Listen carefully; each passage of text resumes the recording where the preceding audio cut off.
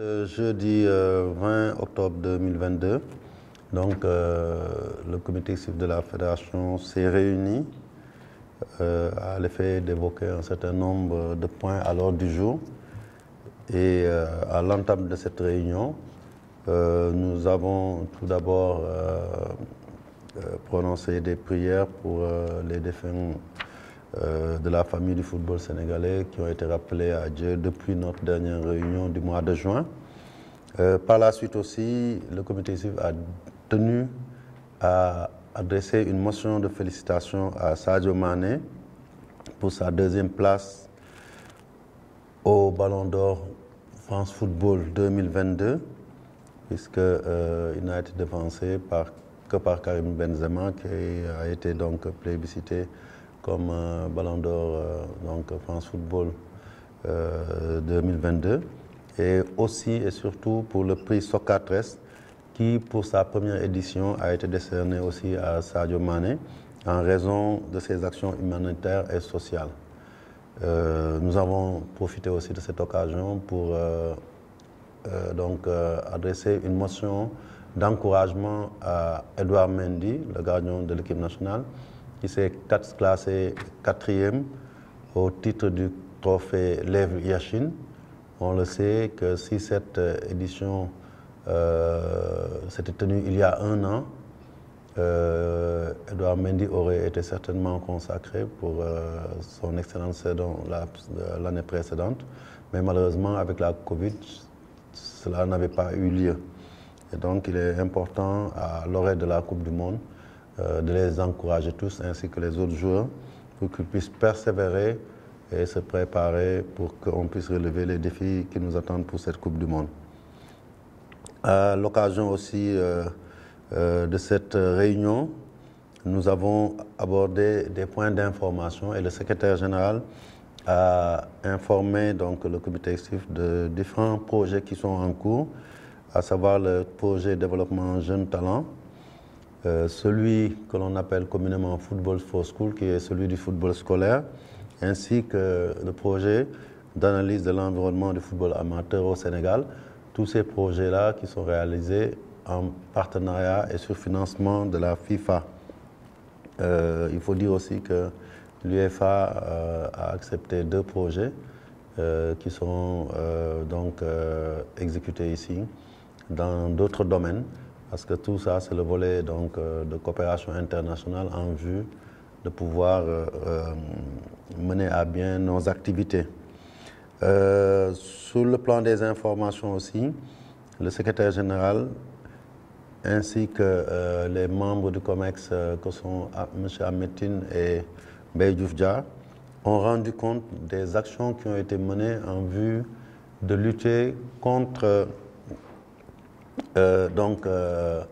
les ventes de maillots contrefaits avec le logo de la fédération, puisque à ma demande en tant que président, l'administration avait saisi les autorités de police et de douane du Sénégal pour attirer leur attention sur l'invasion massive par des commerçants, invasion massive et illicite de conteneurs d'équipements qui sont vendus, et ce qui nuit non seulement aux intérêts de la fédération, mais aussi de son partenaire Puma. Et nous avons été heureux d'apprendre qu'après plusieurs saisies, un lot d'environ 34 000 maillots contrefaits sont actuellement saisis, et on a décidé d'aller à la rencontre des autorités de police et de douane afin de donner la suite que requiert cette situation. Il est important que les intérêts de la fédération et du football sénégalais soient préservés, et surtout les intérêts de l'économie du Sénégal. Et dans ce cas-là, bien entendu, s'agissant de produits contrefaits, il y a de fortes probabilités qu'on en arrive à aller à la destruction pure et simple de ces lots contrefaits saisis. Et en tout cas, nous avons demandé au secrétaire général et aux membres du comité exécutif qui font le suivi de poursuivre ce travail-là, étant entendu que dans le même temps, la fédération avec Puma veillera à mettre à disposition dans la mesure du possible auprès des populations sénégalaises les maillots originaux qu'ils pourront acheter dans certains espaces qui seront définis ultérieurement. En ce qui concerne donc les autres points, nous avons parcouru au niveau des compétitions nationales le calendrier général. La saison vient de démarrer avec le championnat de ligue professionnelle L1 qui a joué ses premières journées ainsi que L2. Et nous avons eu à faire des ajustements sur le calendrier au regard des reports qui sont intervenus. Et surtout, il a été décidé de donner instruction au secrétaire général de faire un glissement sur les dates qui avaient été arrêtées, les dates butoirs de fenêtres de transfert au niveau national, aussi bien pour le football professionnel que pour le football amateur. On a décidé de décaler de 15 jours ces dates pour permettre à tous les clubs qui le désirent de pouvoir opérer les transferts et déposer les enregistrements de licence nécessaires. L'autre point important qui a été donc abordé, c'est l'organisation de la Coupe du Haut Conseil des collectivités territoriales, donc le trophée Ousmane Tanor Dieng, qui a aussi démarré. La fédération a donc, comme d'habitude, accompagné la Ligue de football amateur à travers une compétition qui est en train d'écrire ses lettres de noblesse dans le football sénégalais et qui est très courue par l'ensemble des clubs amateurs. Les budgets sont maîtrisés. Une première partie d'éliminatoire va se dérouler donc, sur des matchs à élimination directe. À partir des quarts de finale, des phases finales seront organisées à Kaffrine, donc entre le 30 octobre et le 5 novembre 2022. Et à l'issue, nous connaîtrons le nouveau vainqueur du trophée, donc Ousmane Tanor Dieng, étant précisé que, comme à l'accoutumée, la Coupe du HCCT permettra au club lauréat de toucher entre 10 millions pour le vainqueur et 2 500 000 pour l'équipe classée 4e. Tout ça contribue à vraiment rehausser le niveau de notre championnat amateur qui, d'année en année, se rapproche à la limite de l'élite. Nous avons aussi évoqué certaines questions assez importantes de l'heure, c'est-à-dire nous avons passé en revue l'ensemble des compétitions auxquelles le Sénégal, dans toutes ses catégories, mais aussi en football féminin, en beach soccer, a participé. Et le constat général, c'est que le football sénégalais est en bonne santé parce que lors des tournois donc sous-régionaux, donc de la zone UFOA, à chaque fois, le Sénégal a été vainqueur ou finaliste. Et surtout, elle s'est qualifiée pour les 2 prochaines CAN U17 et U20. Les U15 ne sont pas demeurés en reste puisqu'ils ont pu gagner ce trophée pour la 2e fois de suite. Et on espère simplement que les U23, qui nous ont fait forte impression lors des matchs amicaux des dates FIFA du mois de septembre, en jouant contre le Maroc, puissent aussi accrocher la qualification prochainement, dès ce week-end, contre l'équipe de Burkina, afin d'aller à la dernière phase qui va la qualifier à la prochaine CAN 2023, une CAN qualificative pour les Jeux Olympiques Paris 2024. Je dois aussi rappeler que avant cela, le football féminin s'est illustré au Maroc, au point aujourd'hui de devoir jouer prochainement les matchs de barrage pour une qualification historique à la Coupe du Monde. La fédération, le comité a pris la décision de les accompagner, de faire en sorte d'avoir la meilleure équipe et d'assurer une pleine préparation pour qu'elles se battent. Elles seront dans la poule donc, qui sera composée, outre le Sénégal, de l'équipe de Haïti et de l'équipe de Chili. Donc nous estimons qu'avec une bonne préparation, une bonne motivation, ce sera jouable. Et si elle accroche la qualification, ce sera vraiment une première historique. Le beach soccer aussi, comme on le sait, qui est actuellement au Mozambique, à Valancolos, pour débuter dans 2 jours la reconquête de son titre On est à 6 titres et il faut passer au 7e. Et il s'agira de défendre crânement nos chances, étant entendu que nous serons l'équipe à battre. Mais la préparation qu'ils ont eue, les motivations et généralement leur expérience et leur solidité nous font espérer qu'ils vont arriver à conserver leur titre.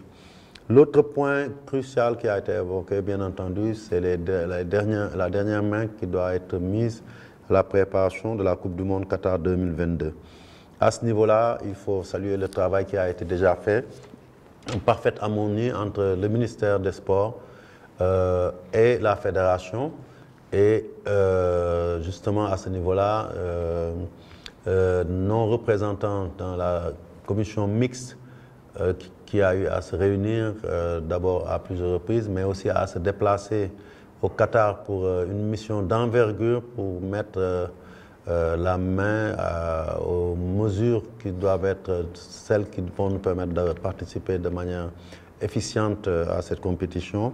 Donc nos représentants nous ont rendu compte, c'est le ministre Abdoulaye Seydou Sow, le président Chersek, le président Amadou Kane, le secrétaire général Victor Sis, mais aussi le vice-président Mam Adamundou, qui nous ont rendu compte en détail de tout ce qui a été arrêté. Et nous pouvons dire aujourd'hui que tous les paramètres sont maîtrisés. Nous avons évoqué aussi le budget, puisque des échanges ont eu lieu entre le ministère et la fédération.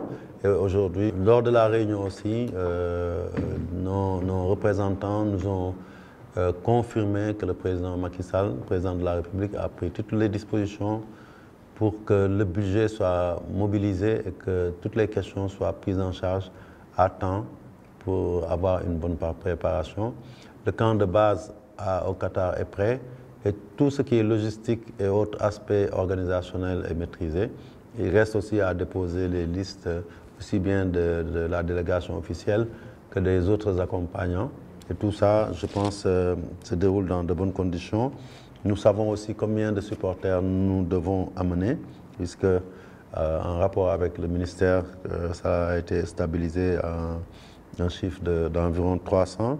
Cette réunion a été l'occasion d'insister sur la nécessité que chacun continue à s'inspirer de la dynamique du Manko Wutindamli, qu'il y ait l'unité de cœur autour de l'équipe, beaucoup de rigueur de la gestion et de respect des dispositions prises pour que tout se passe bien. Et surtout, insister sur l'humilité qui doit être de mise.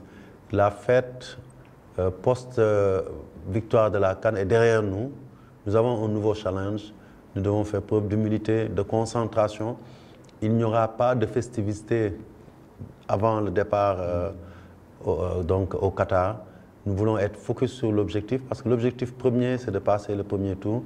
Et pour cela, il appartient à nous autres dirigeants, à tous les Sénégalais, de pouvoir être unis, mais aussi être humbles et se dire que nous serons attendus cette fois-ci. Il n'y aura pas d'effet de surprise pour pouvoir passer ce premier tour tellement crucial dans l'atteinte de l'objectif qui est d'aller le plus loin possible, voire passer le cap des quarts de finale qui se trouve être le cap fatidique pour les équipes africaines. Et c'est ça ce challenge. Mais bien entendu, il faut d'abord prendre les objectifs un à un, passer le premier tour. Et nous demandons à tout le monde, à tous ceux qui sont au Qatar, de comprendre que l'équipe sera mise dans des conditions optimales de concentration. Comme à la CAN, nous veillerons à ce que ceux qui doivent être avec l'équipe y soient, mais qui soient utiles, qui travaillent au service de l'équipe, parce que l'objectif, c'est de faire en sorte de créer un environnement adéquat pour que nos joueurs ne soient obnubilés que par le résultat et que surtout qu'ils puissent gagner les matchs qui leur permettront d'aller au deuxième tour et continuer leur chemin. Donc à ce niveau-là aussi, je pense que nous pouvons considérer que tout a été stabilisé au niveau des délégations fédérales et ministérielles. D'autres réunions, le ministre a convoqué d'autres réunions avec la fédération pour pouvoir affiner toutes les dernières retouches à faire pour que tout soit fin prêt pour aller vers cette compétition. Les questions de transport aérien, mais aussi de déplacement sur place donc au niveau du Qatar, mais aussi la question qui est très très poignante au Qatar, c'est celle de l'hébergement. Et c'est pour ça que nous irons en mode commando, ça veut dire que ceux qui iront au premier tour, c'est ceux qui seront utiles et ceux qui auront un rôle à jouer. Nous espérons aller au deuxième tour. En ce moment-là, peut-être avec l'État, on pourra envisager d'y aller avec un plus grand nombre.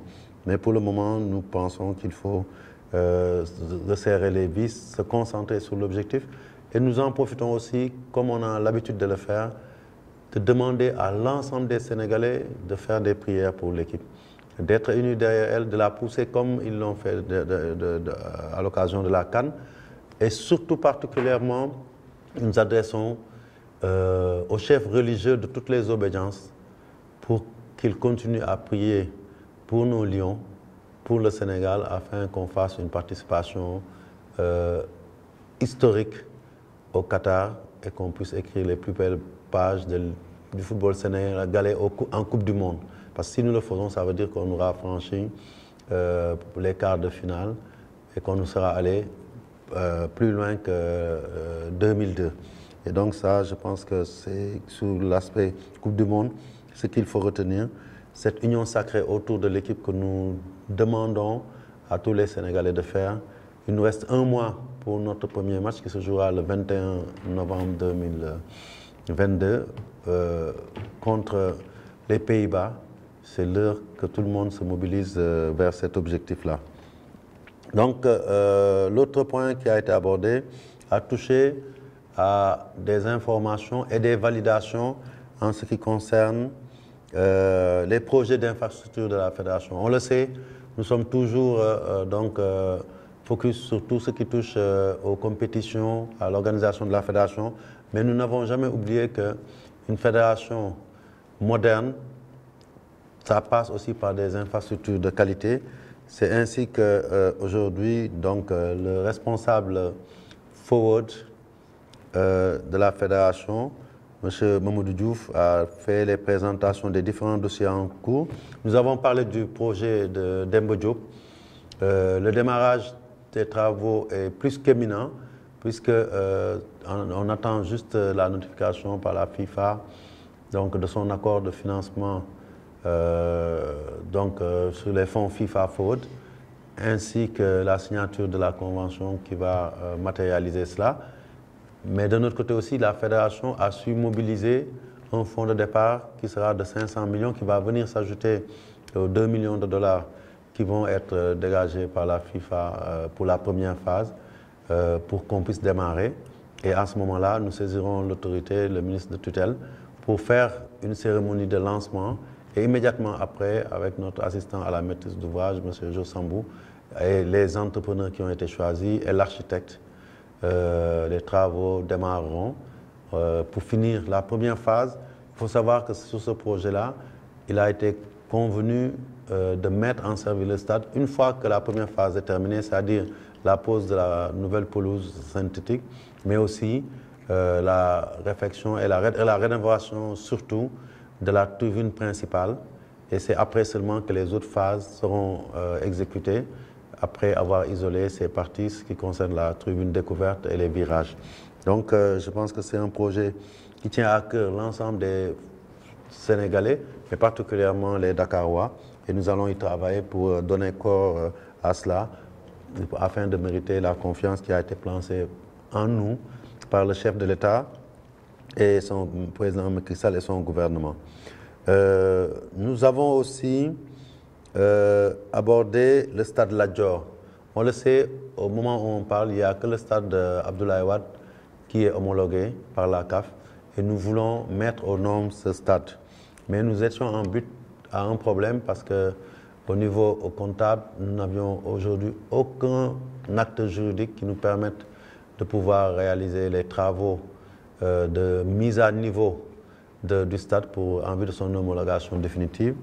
Donc le ministère a signé avec la Fédération le 8 septembre 2022 un protocole d'accord à travers lequel ils mettent à la disposition de la Fédération pour 30 ans l'infrastructure, ce qui nous autorise légalement donc à pouvoir investir de l'argent pour que ça puisse bénéficier à l'ensemble des autres sélections en dehors de la sélection A pour des compétitions internationales, mais aussi nos clubs qui sont appelés à aller en Afrique et ont besoin d'un stade homologué, mais aussi le football local avec les clubs thiessois, mais aussi les autres clubs et même les autres ligues comme la LFA, la Ligue professionnelle pour leur finale. Certaines finales d'une dimension modeste pourront être jouées là-bas. Donc ça, je pense aussi que c'est assez avancé et les travaux vont démarrer incessamment une fois que nous les aurons validés avec l'autorité. Nous avons aussi un projet important qui constitue, je dirais, une discrimination positive. Nous nous sommes engagés, il y a quelques années, quand nous étions à Kédougou, à doter Kédougou, qui est la région la plus reculée pratiquement du Sénégal, d'un terrain synthétique. Le budget est disponible et l'argent est bloqué pour pouvoir démarrer les travaux. L'entrepreneur qui doit poser le gazon est connu. Nous sommes en contact avec la mairie, donc l'édile de la ville. La mairie aussi nous a signé un acte de mise à disposition du stade pour une durée de 30 ans aussi. Et l'idée, c'est de pouvoir les doter donc d'une infrastructure avec un gazon synthétique de dernière génération. Ce sera une révolution pour cette contrée éloignée de pouvoir bénéficier d'un terrain synthétique. Et ça aussi, ça participe de la mission de développement horizontal dans tous les recoins du pays, du football, que notre équipe fédérale s'est assignée. L'autre point aussi que nous avons évoqué, c'est donc la poursuite de la construction des sièges des ligues. La prochaine étape, ce sera bien entendu la Ligue de Kaolack, qui a déjà un terrain. Et là aussi, une mission se déplacera là-bas, ainsi qu'à Kédougou, pour pouvoir mettre la dernière main au démarrage des travaux. Ensuite, d'autres ligues vont suivre, parce qu'il est pour nous important de doter nos ligues, qui sont nos structures intermédiaires avec la base, d'infrastructures qui leur permettent de pouvoir fonctionner à plein temps. L'autre point aussi que nous avons évoqué, c'est toucher aussi à la poursuite de la réorganisation de l'administration fédérale. C'est un processus au long cours. Nous avons aujourd'hui engagé du personnel pour pouvoir nous renforcer. Mais le plus important aussi, c'est que nous avons décidé de délocaliser le siège de la fédération, provisoirement certes, dans un autre bâtiment plus fonctionnel. Et le déménagement est prévu dans les 2 ou 3 prochaines semaines, afin de pouvoir non seulement faire en sorte que notre administration et nos élus puissent travailler dans les meilleures conditions, mais aussi pouvoir accueillir dans des conditions décentes tous ceux qui sont acteurs du football, mais aussi nos hôtes de marque. Et ça, nous y travaillons. Au titre des réaménagements, suite à la confirmation de M. Mapate Gueye au poste de directeur exécutif de la zone U4A, il a été décidé de faire un réaménagement au sein du secrétariat général, puisqu'il était, en sus de ses fonctions de directeur financier de la fédération, secrétaire général par intérim de la fédération. Donc, et pour le décharger en partie de ses responsabilités au niveau fédéral, il a été décidé qu'il serait remplacé au niveau du poste de secrétaire général par intérim par M. Mamadou Diouf, ci-devant, donc, chef du département juridique de la fédération. Et donc, il va cumuler sa fonction de chef du département avec celle de secrétaire général par intérim, dans un souci, bien entendu, d'opérationnalité et d'efficience de l'action de notre administration. L'autre point qui a été évoqué, c'est le projet de réforme des textes.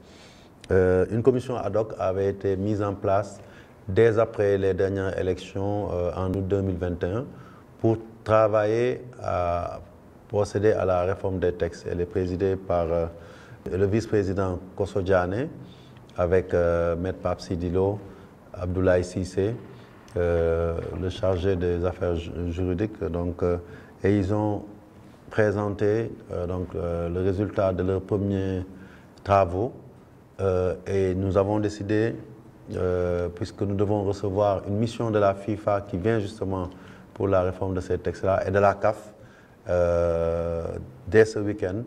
Donc, de ce soir à l'examen, en attendant de recevoir la délégation CAF-FIFA, prendre leurs observations, leurs orientations, afin d'organiser d'ici au 5 novembre un séminaire de restitution des travaux de la commission ad hoc sur la réforme des textes et surtout de validation, s'il y a lieu, de ces travaux-là. Donc ça, je pense que c'est un pan important du programme de notre mandat en cours, parce qu'il avait été toujours considéré que depuis 2009, les mêmes statuts, les mêmes règlements régissent le football. Il est temps de procéder à leur réforme, voire à leur toilettage en profondeur, afin de les mettre à jour et surtout de nous adapter aux nouvelles réalités du football sénégalais qui veulent qu'on ait une fédération qui a d'excellentes performances, qui s'est améliorée financièrement, et sa gouvernance et ses textes doivent être en adéquation avec ce nouveau statut. Et l'autre point important qui a été abordé, toucher aux nouvelles affiliations au sein de la fédération. Vous le savez, nous sommes l'une des fédérations en Afrique qui a le plus grand nombre de clubs, plus de 400, mais il n'empêche que tous les ans, nous recevons des demandes supplémentaires. Et les résultats encourageants du football sénégalais actuellement ne sont pas pour ralentir ce rythme-là de demande d'affiliation. Tout le monde veut créer un club. Mais malheureusement aussi, nous ne pouvons pas aller au-delà de la capacité d'absorption de notre fédération. Et c'est pour ça que nous avions pris des mesures consistant à geler en partie pour certaines ligues les affiliations, pour d'autres à le faire à condition de respecter un cahier de charges important. Il y a lieu de rappeler que les droits d'affiliation sont passés de 10 000 francs à 150 000 francs, d'une part, mais aussi que d'autres mesures ont été prises pour être plus exigeants dans la création des nouveaux clubs. Et aussi, il faut toujours tenir compte d'une sorte d'équité géographique qui veut que les ligues les moins nanties en club soient privilégiées. Au finish, il faut savoir que pour cette session d'affiliation, 41 nouveaux clubs ont été affiliés et toutes les 14 ligues régionales sont concernées. Dakar pose le plus de problèmes parce que Dakar avait déjà 114 clubs et elle va enregistrer peut-être encore 3 ou 4 nouveaux clubs. Thiès aussi, qui a 49 clubs, c'est la même chose. Les autres ligues qui sont de dimension plus raisonnable ont vu l'ensemble, presque pratiquement l'ensemble de leurs demandes être acceptées parce qu'aujourd'hui, à Kédougou, qui a à peu près moins de 10 clubs, quand des clubs se proposent, nous sommes obligés de les accepter pour pouvoir renforcer le développement du football et la pratique par tout le monde du football au sein des clubs. Donc, c'est cela qu'il faut retenir, en disant aussi que ces clubs qui viennent d'être affiliés pourront, si leur ligue le leur permet, compétir cette année, mais ils devront au préalable s'acquitter de leurs droits de 150 000 francs, mais aussi, il a été retenu que ces clubs-là devront compétir pendant 2 saisons de suite avant de pouvoir prétendre à bénéficier des subventions et avantages alloués par la fédération, parce qu'il nous a été donné de constater que beaucoup de clubs se créent juste pour bénéficier des subventions et que très souvent, ils ne compétissent pas régulièrement. Il a été aussi arrêté qu'à chaque fois que nous aurons constaté pendant 2 années de suite qu'une équipe n'a pas participé aux compétitions, elle sera désaffiliée purement et simplement, parce que la finalité de la création des équipes, c'est de participer aux compétitions. Donc, par la suite, nous avons abordé certaines questions qui touchent d'abord à des demandes que nous avions reçues venant de certaines structures. Il y a d'abord l'ONGAM qui avait adressé à la fédération une demande d'intégration au comité exécutif de la fédération. Et aussi, il y avait le syndicat des footballeurs pro du Sénégal qui nous avait saisis.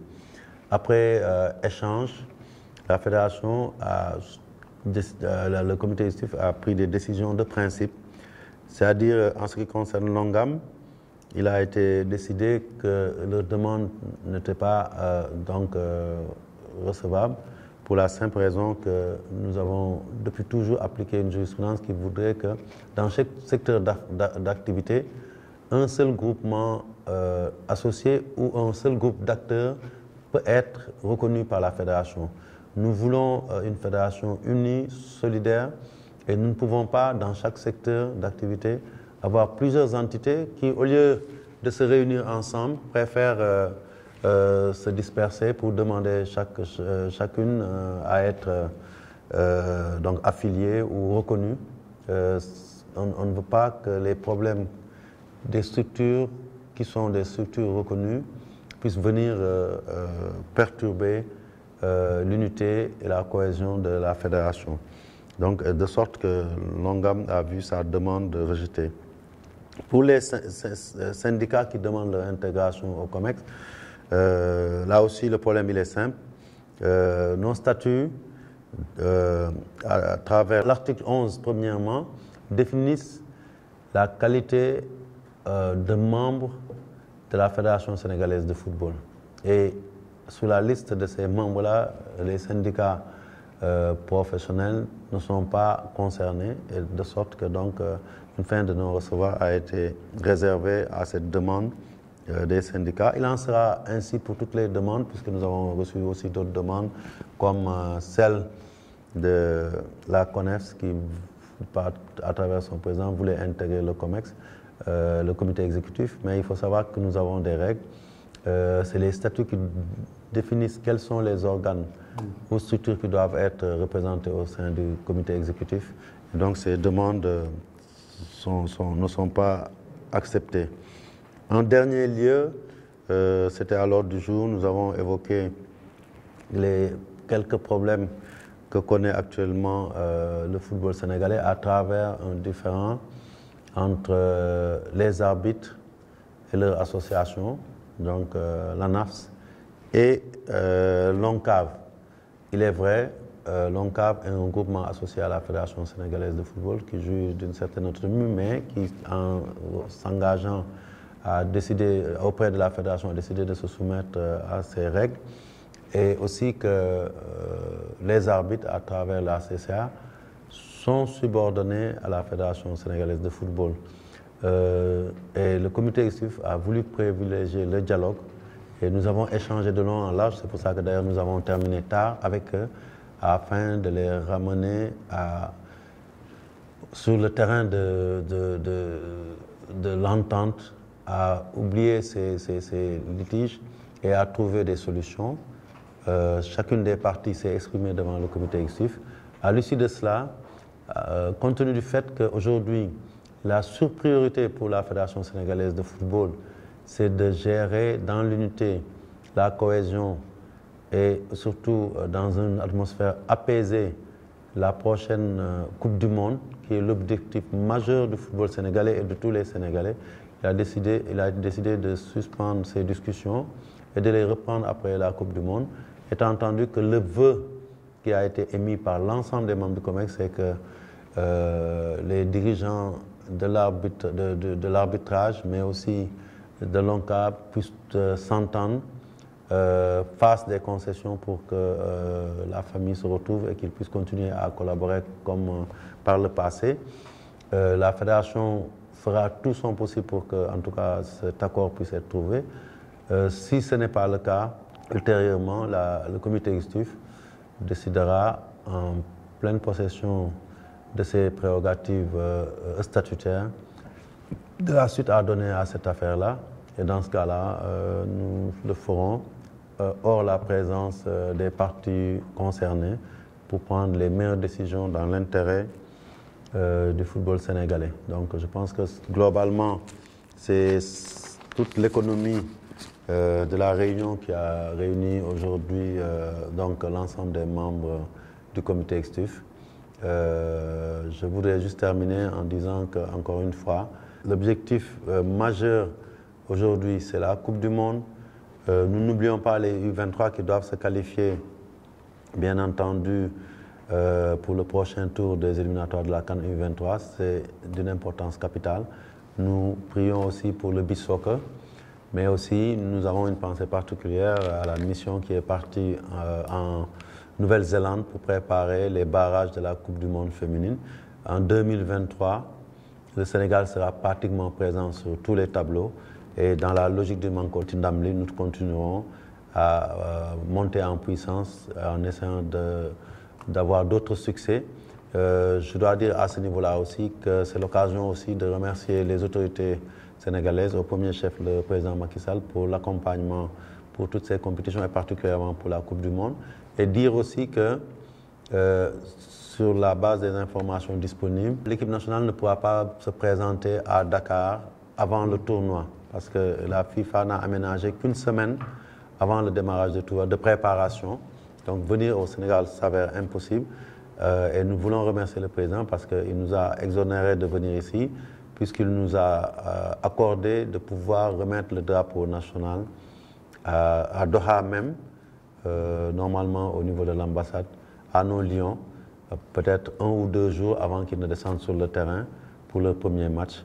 Et comme on dit, il faudrait juste que tous les Sénégalais prient pour notre équipe et que nous restions dans cette dynamique forte, celle du Manko Tindamli. Et cette fois-ci, ce sera Manko Tindamli Qatar, que Dieu nous donne le succès attendu par tout le peuple sénégalais. Je vous remercie de votre attention.